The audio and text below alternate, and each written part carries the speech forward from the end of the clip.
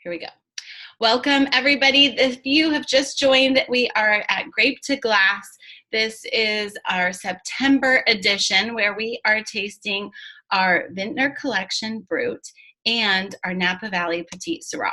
Two great wines for this season. I can't wait to taste these alongside of you tonight. So let's kick it off with the Vintner Sparkling Brut.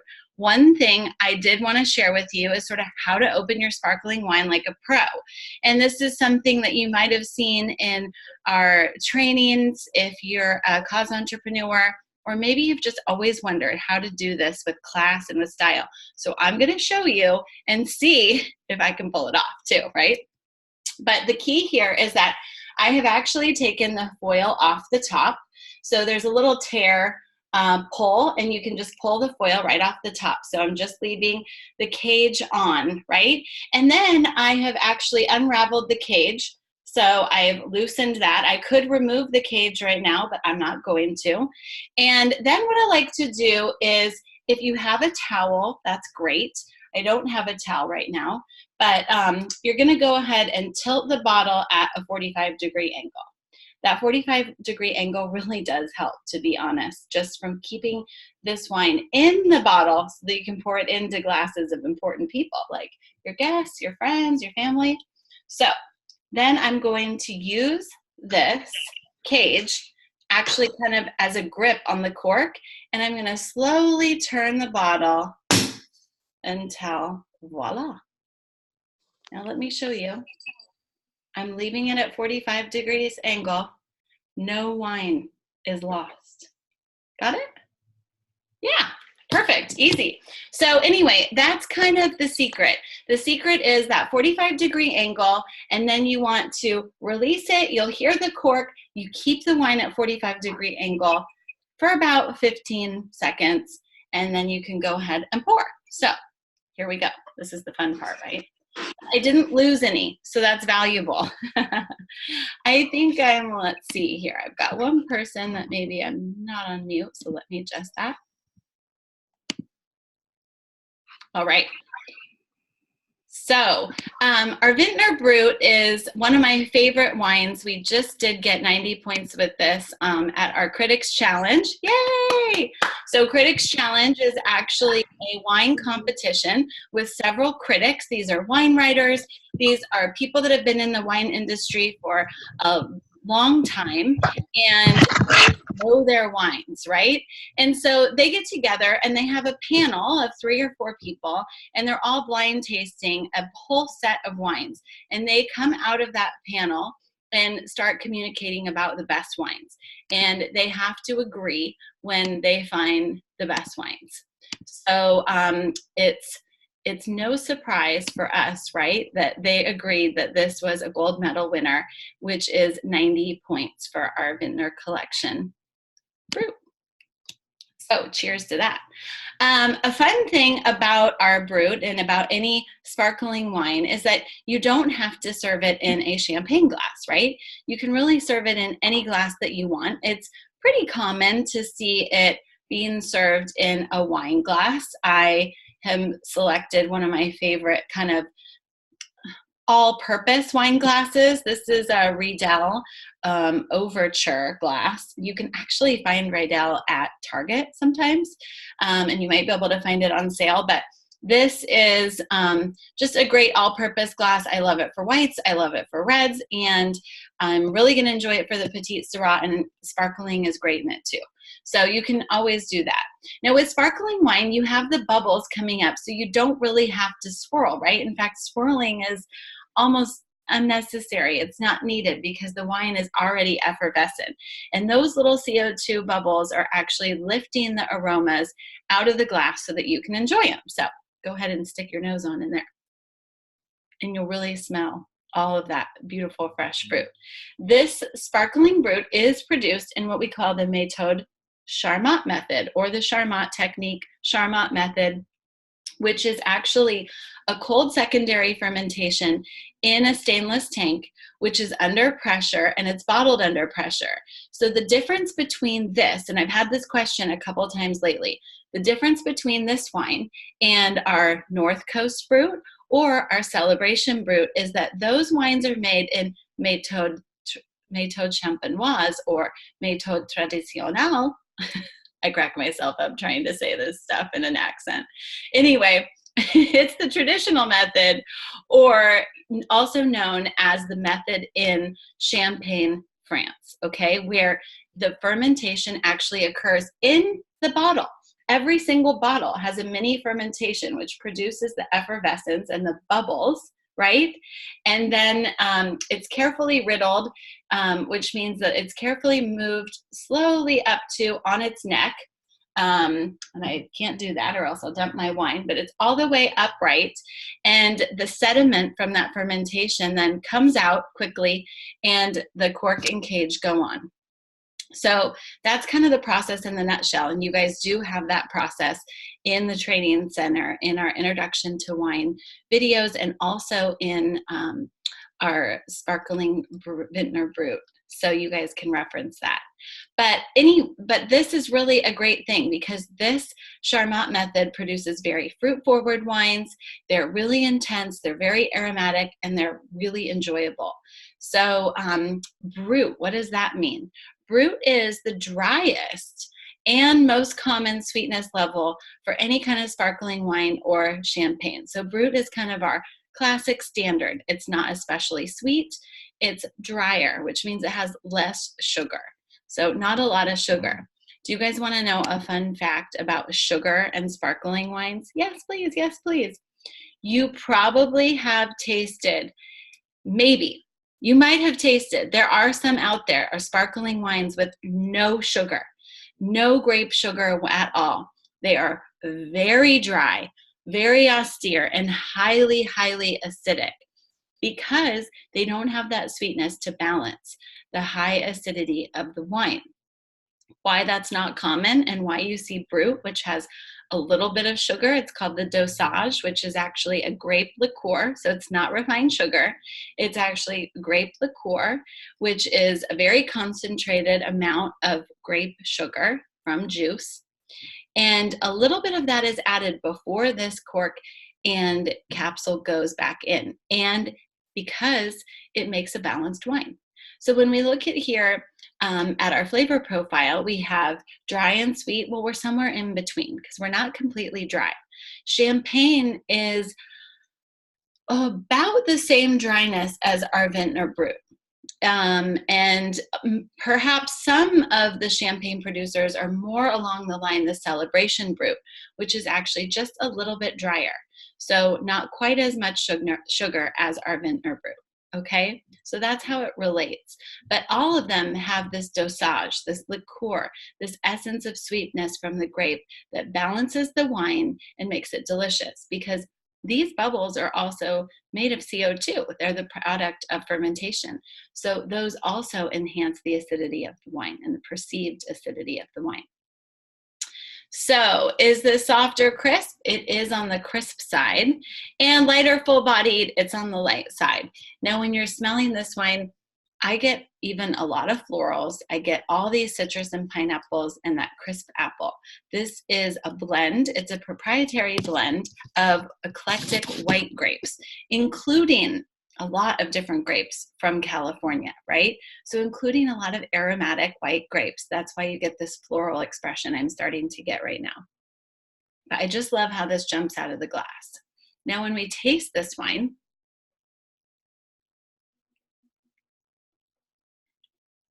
you get those beautiful bubbles coming across the palate, which is part of the whole experience of sparkling wine.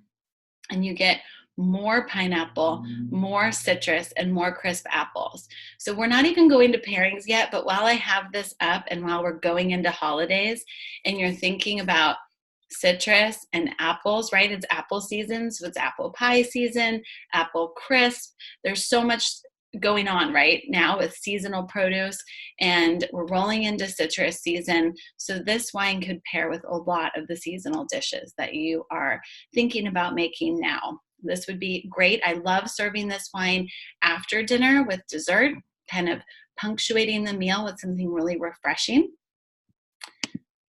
And we've got melon salad, which is still in season, you could still be doing a melon salad with this wine, or a chilled melon soup. I love a classic fish and chips. I don't know about you guys, but with my husband his family being from New Zealand, it's very big. Fish and chips are very big, and they love fish and chips. And never underestimate the fish and chip pairing with sparkling Brut. It's delicious. Also have potato chips on here. Of course, with the fish and chips, you can think of fries, truffle fries. One of my favorite little spots in Yountville is Bouchon. And some of you that have been to Napa might have been there, but it's a really great little restaurant, and it has a bakery. And they have truffle fries, and it's like, oh, with all the sparkling wines and champagnes, it's the perfect combination. So when you're thinking about hosting or host suggestions, these are great suggestions. Potato chips are easy. I even saw a potato chip with truffle powder and salt. I think it was truffle salt.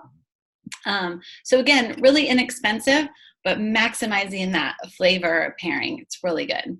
And then, of course, thinking about the citrus season, a lemon tart would be perfect, an apple pie, any way to take those tasting notes and create complementary foods that would pair with them and really bring out the flavors in the wine. I'm going to take a look at the chat box and see if you guys have any questions about this Vintner Brut.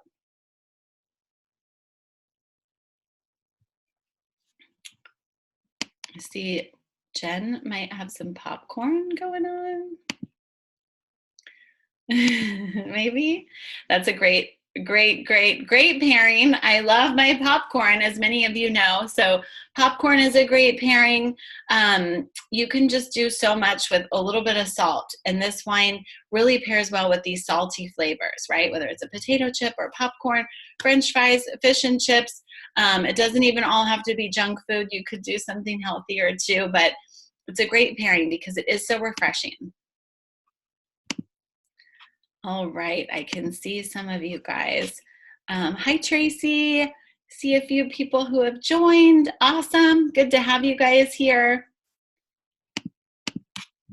I'm going to try and get over here to my chat box. So no more questions about the Vintner Brut. Let's roll right over into the Petite Syrah. Oh my goodness. So one thing that I really love about our wine club seasonal selections is that they are seasonal, and they're an opportunity for customers to discover what we're doing in Napa Valley, right? Because One Hope touches lives across the country. And we have a very special flagship winery and vineyard property in the heart of Napa Valley. And it's really, really my pleasure to introduce all of your customers to what we're doing in Napa Valley and what makes it so special, and discover new wines that they may have not tasted at a tasting, right? So this is super fun. Gosh, that Brut is tasting good. I gotta say, it's really tasting good. I love that wine. So I am moving on to Petite Syrah. Didn't have any fancy tricks to show you guys here, but we do have our One Hope corkscrews. This is actually from the estate property corkscrew, but this is my favorite kind. And our corkscrews also, if you guys have some of the white ones, are my favorite type because they have this little knife on the end that you can't take into airplanes, I don't think, anymore. But this little knife is really great because you can just put it up against the glass here and make a nice clean cut. So you don't have to, like, you know, just get the foil looking all crazy. You can just do a nice clean cut and pull off the top, and then use your corkscrew to get the cork out, and you've got a nice looking bottle. So I'm going to go ahead and pour this. Whoa, it's dark, isn't it? Love that. So Jen has, what should I add to my popcorn for the Petite Syrah? That's a really good question, actually. I like that suggestion, Katie. Rosemary, I love rosemary with Cabernet, and that would really pull up some of the floral and fruit notes of the Petite Syrah. I also think you could do something kind of spicy. Like I love this wine with barbecue, so you could do kind of barbecue flavors. You could do a seasoning, like almost like a taco seasoning, even for Taco Tuesday. So you could do a lot of really fun things with this wine, add something special to it. It's amazing. Petite Syrah is pretty big, but it's amazing how many wines taste great with lemon. I know it sounds weird, especially with red wines, but it really is a great pairing. So you could do some kind of lemon zest, I like to add to popcorn because it really gives a lot of flavor, but it doesn't make the popcorn soggy. So, we got some good stories going on here. Mexican seasoning, I think, is what Chris recommends for your popcorn pleasure. That sounds delicious. So let's get started with this wine. It is so dark, right? Is everybody going, oh my gosh, I poured this wine. If you didn't have it and you're just listening, I'm going to make you thirsty. I'm sorry, but this is so dark, okay? That's the grape. That's called Petite Syrah. So the real story, is it little Syrah, Petite Syrah? No, it's not. That's what is so confusing and so funny about this grape, is that Petite Syrah is actually a grape called Durif in France. So it is a completely different varietal. And it's not really small at all. It's not really a small Syrah. The grape clusters are still pretty big, and they've got a really high tannin and anthocyanin content. So you've got Pinot Noir over here that has a relatively low tannin and anthocyanin. Anthocyanin is the amount of color in the skins that will be in the wine. So you have relatively low in Pinot Noir, but you have all kinds of other great attributes. And with Petite Syrah, you have like one of the highest anthocyanin content. So it's very, very dark because the skins have the capability of having a lot of color extraction and color compounds. You know, another fun thing I wanted to share with you guys, since tonight's the last night, got some fun other tips, right? Is that, did you know that red grapes have clear white juice? It's not red. So it only becomes red wine from fermenting on the skins. So that content of each varietal to varietal, how much color can be extracted, is different for every grape and for every location where that grape is grown. So kind of a fun, interesting tidbit. There are two grape varietals that have red juice, and that is Alicante Bouschet and Ruby Red. Not surprising if you have never heard of these two grape varietals, because you don't see them in the store and you don't usually see them made as wine, although some clever winemakers have made a few Alicante Bouschet wines. But what they are used for is for the grape concentrate to make color different foods in a natural way. And who saw our Mythbusters last week on the blog? Anybody? Anybody see Mythbusters? Yeah. Were you guys surprised when it said that like you don't add refined sugar to wine? I mean, did you find that surprising? Like, you guys, you can't even do that. I didn't even put this in the Mythbusters.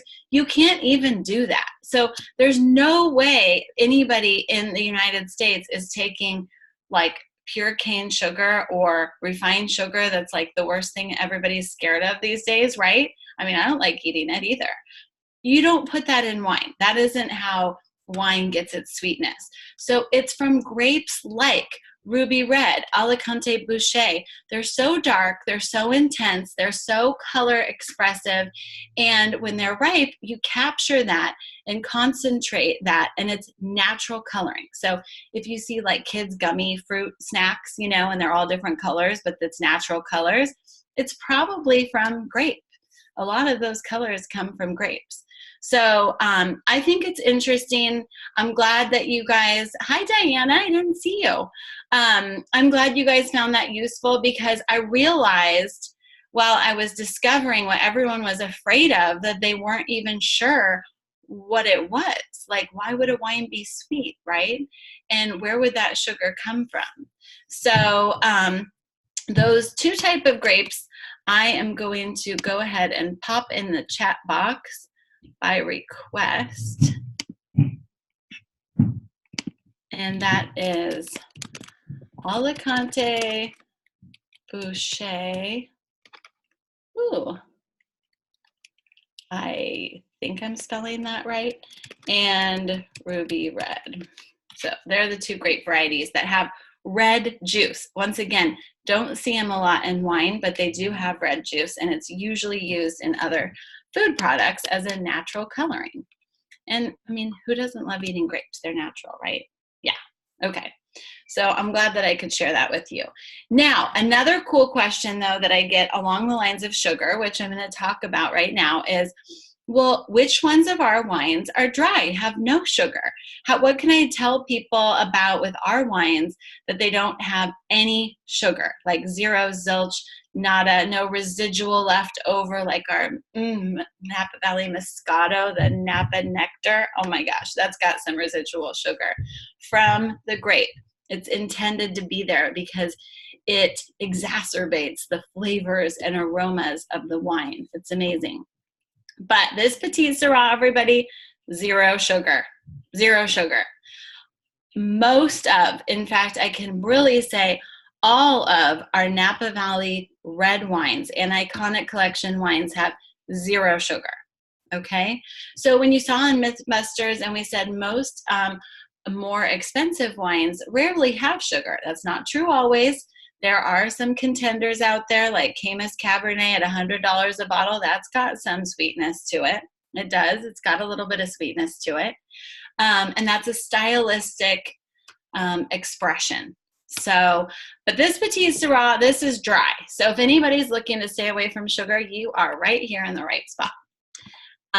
So there's a lot going on with this wine. And I talked to you a little bit about the original name, which was Jarif, the cross between the Poularson grape and Syrah, but not a small Syrah.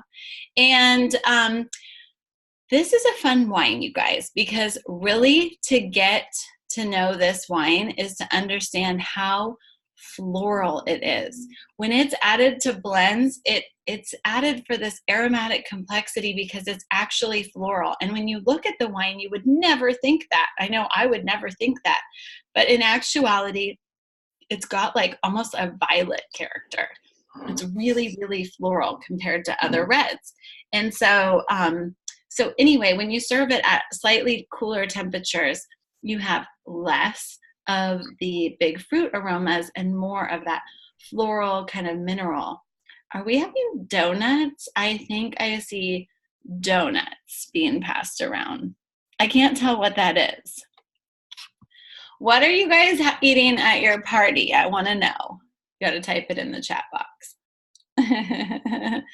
I like to know what everybody's eating. Cupcakes? We don't know. Okay, it's fine.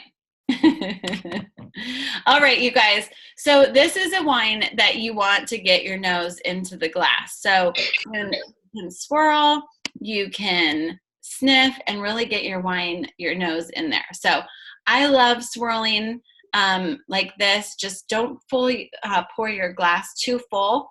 You want to have enough room in your glass that you can actually swirl. So, you know, just about a third of the way down is my favorite. And you just kind of swirl this wine in the glass and let the aromas unfold. One reason why Petite Syrah is so aromatic, another fun fact for you guys about wine composition, is that it does get pretty ripe. So it has a lot of sugar to start, which converts to alcohol. So Petite Syrah typically tends to be a little higher on the alcohol side. And that alcohol, besides getting people drunk, actually has its place in wine composition and in wine appreciation. And that is the fact that it actually lifts the aromas. That alcohol actually helps the aromas to come to the surface so you can enjoy them. And it also enhances the tannin structure of the wine. So it has a more dense, more chewy, almost chocolate cake-like character. So go ahead and swirl and then smell and see what you think. I'm getting a lot of the cloves and black pepper today. These wines do change. They change in bottle, where one day it's all blueberry and the next day you get more of the spice, and then another time you could get that tobacco leaf coming out. So this is one I love to tell everybody about too, is that none of these flavors that you see on the profile were added to the wine. This is all from either the barrel component, where the wine is aging for 20 months in French oak, or it's coming from the grape itself. Pretty cool, right? So there is actually no tobacco in this wine. So I just wanted to make sure you guys knew that, because I do get that question from time to time. So really getting a lot of that spiciness, which is why I love it for fall. I don't know if you guys have had any fall days, but we had like less than 1/10 of an inch of rain yesterday morning, and I woke up and it was raining and just the streets were wet, and it didn't last. It didn't last for very long, thankfully, because it's harvest season and grapes don't like rain. They don't like to be rained on. But it lasted long enough for me to just sort of smell a little bit of fall, smell those dried leaves and smell that kind of spiciness that comes from this season. So another reason why I love this wine at this time of year as we're changing seasons into fall. So on this scale, like we talked about, this is very dry. There is no sugar here. The acidity is balanced between crisp and soft. And this is what we call full-bodied, right? This has got a lot of weight to it. And that's because of the amount of tannin that is extracted. Now, because this is our last live night together, I am going to throw one more fun technical tidbit at you. Did you know that if you think about tannins as kind of being woven together and they move across your palate to have this full body, that's what full body is. It's a tannin expression that's woven together. And if you have one part that's the anthocyanin and you have the other part that's the tannin, so in the skins and seeds, you've got color and you've got tannin, like tea tannin and seeds tannin. You have this flavor that's slightly bitter, but also kind of chocolatey, right? And when they merge together, they become stronger and stronger and stronger. So because this has, I know this is going deep, but I want to share it with you. Because this has so much of the anthocyanin, it can marry and weave with more of the tannin. And that's why, everybody, we are looking at full body. Full body. Now, you don't need to replay that to edit tasting. It's just for you to know why this is so expressive and so big and why we're calling this full bodied, right? It's kind of fun to know because there's a lot of good stuff in the grapes. That's why there's a lot of good stuff in the grapes. And great quality grapes from Napa Valley make excellent wines. So I hope I didn't go too deep there, but I wanted to share that with you. And this is a special selection, only 250 cases made of the Petite Syrah. It's single varietal. It is 100% Petite Syrah, and it's single vineyard. Now, this is kind of funny because I've been pouring a lot of our reserve wines lately, and I've been saying, did you know that's single vineyard? Did you know the Russian River Pinot single vineyard? Did you know this is single vineyard? Well, it's not on the label. Why wouldn't you put on the label? It would be totally worth more money if you put that on the label, right? A single vineyard is like, whoa, that's expensive stuff. But I don't know, there's something inside me that likes to just have that as part of the story, right? Like, it's not right there for somebody to see. It's in the story and the communication and the way that we talk about the wine. Did you know this is single vineyard? This is from the Oso Vineyard, which is Rob Mondavi Jr.'s very own vineyard, which is just on the other side of Howell Mountain. So it's in Napa County, Napa Valley, and it's just on the other side of Howell Mountain. So with how the mountains work in Napa Valley, you have certain parts that have more volcanic soils than others by the way of the nature of how the volcano erupted and where the ash landed. So this isn't super volcanic soils, but they're really pretty kind of red clay soils, and they're delicious. It's a delicious wine that's very, very expressive. So I wanted to share that with you too, so that you can share with your customers how great some of our Napa Valley discoveries are. And that's why I love our wine club selections and Mari's picks. And I've got a question here in the chat box. Can you give us a simple way to talk about why single vineyard is so desirable? Well, yes, I can. You know I can. And I'm missing my prop. But you all know the Matryoshka dolls, right? You've seen me do this 100 times. And if you haven't seen it, it is in the training center for you. But when you have the largest doll to the smallest doll, okay, you are working toward a United States wine. I don't know if we have one of those. That'd be cool. But you can say, you know, French wine. That's a thing, right? French wine. French. It's from France. Nobody knows where, but it's from France. Yum, it must be good. It is. Okay. That's a big area of France, right? It's a country that is pretty big. Well, we go from French wine to a little place called Bordeaux.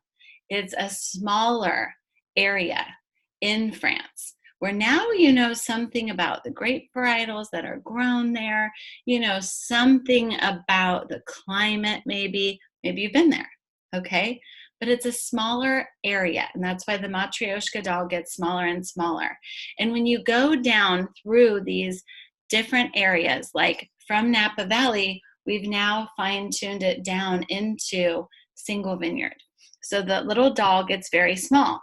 And every time you find something that is very special and only a certain production, very limited by the size and nature of the production, you have a more special, a more rare wine and a more expressive wine. So if you were just to say that simply, why is single vineyard so desirable? Because it is the taste of a place. A very specific place. And in this case, it's the taste of a place of one of our winemaking partners that has been with us since 2009, who changed, whose family really changed the way that One Hope was making wine and really helped One Hope develop a quality wine story to get to where we are today with a Rock and Vintner collection. That's our most awarded collection, right?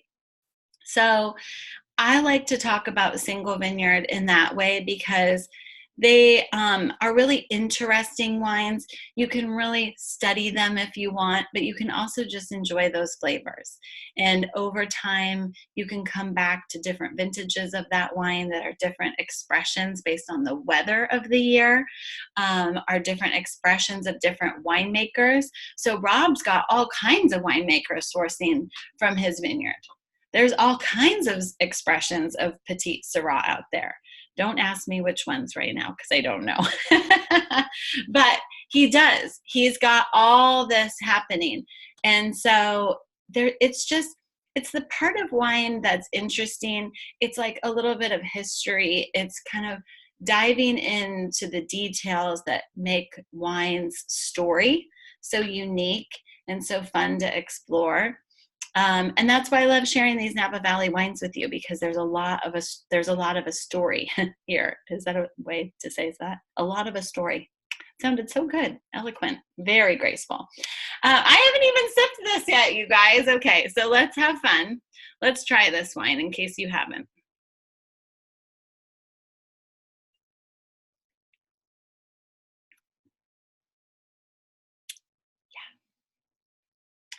I love it because even though we're saying balanced acidity, I think Petite Syrah does hold its acidity really well. So it's great with, fattier foods. And that's why I love it with barbecue. Also, like barbecued meats. It's just an excellent choice. But I do, when I taste it, get more of those mineral notes and more of maybe the blueberry, what I kind of call high notes. Let's see, how long can we hold on to the Petite Syrah in our cellar? Well, I think our reserve wines from time of release are really best in 5 to 7 years, but I mean, this is going to hang on for a while. You could enjoy it in 10 years easily. You can enjoy it in 15 years. I'm not patient enough to go past that, so I'm not even recommending that. But you could. This will hold on because of that full body, that richness, all that tannin. Those are antioxidants that actually keep the wine from aging rapidly. So they're great. A question about our Vintner collection wines. Are they from a single vineyard? No, our Vintner collection wines are from California, which is an AVA, of course, in the United States. California wines are the best, or well, I say that. And they are sourced from a variety of different vineyards that give us a flavor profile that is expressive of our winemaking talents in Napa Valley. That's what we aim for with our Vintner collection, is Napa Valley flavor from California. And, oh, somebody wants to save for their granddaughter. That would be super fun. You should. This would be a really fun one to save for your granddaughter. I love that idea. All right, we haven't gone to food pairings yet, and I'm keeping you guys a little longer than I usually promise, but I'm having so much fun with you, and these are fun wines to dig into, right? Here we go with Carne Asada tacos. Look at that. We've got Carne Asada tacos as one of our pairings. So that Mexican spice on your popcorn, and Chris tried that last week and she verified it was a great pairing. I love that. I love those flavors with this. Asian style braised pork ribs. Love that too. Petite Syrah is great with pork. So I'm having carnitas tonight, like I might have told you guys before you hopped on. But my husband's upstairs making carnitas, and I'm going to be drinking this wine with carnitas. And then wild berry pie. This is awesome for holiday table. You can have this wine kind of as your after dinner dessert wine. And I don't know about you guys, but I kind of like lingering around the fire pit, around the table, having a wine that's not sweet that I can enjoy with dessert flavors. So you can enjoy this with like flourless chocolate cake. This wild berry pie will really express a lot of the spices. Let's see. Lori, you have a question, but I'm not sure exactly what it is about keeping wines is Italy. So maybe let me know what that one is. Is that from the vintage year? Yes. Yes. So this is 2016. 2016 Petite Syrah, meaning that the grapes were harvested in 2016. What we're harvesting now is the 2019 vintage. So yes, hold on to this wine. It'll be delicious. We're just releasing it now this year, so you can hold it another 10 years, 15 years. You can probably hold on to it for a while. It'll be really good. So any other questions that you have, I'm happy to answer. Thank you all for being on tonight. I hope you learned something more about Petite Syrah. I think you did, even though I dug real deep in there on some fun facts that included chemistry and other technicalities. But I wanted to share that with you guys. And thanks, everybody. Be on the lookout for our next quarter, our fall and holiday selection wines. We've got some amazing wines in there for you to share with your customers. I know Tracy's on here. Tracy has been a champion and a leader at bringing our wine club selections to tastings as an opportunity to discover Napa Valley, to learn more about the brand, to taste 6 fabulous wines that really please, I think, any customer. There's something in these for everybody. So thank you guys for joining. Have a wonderful, wonderful Tuesday, and I will see you next time, next Tuesday for Q&A. Bye.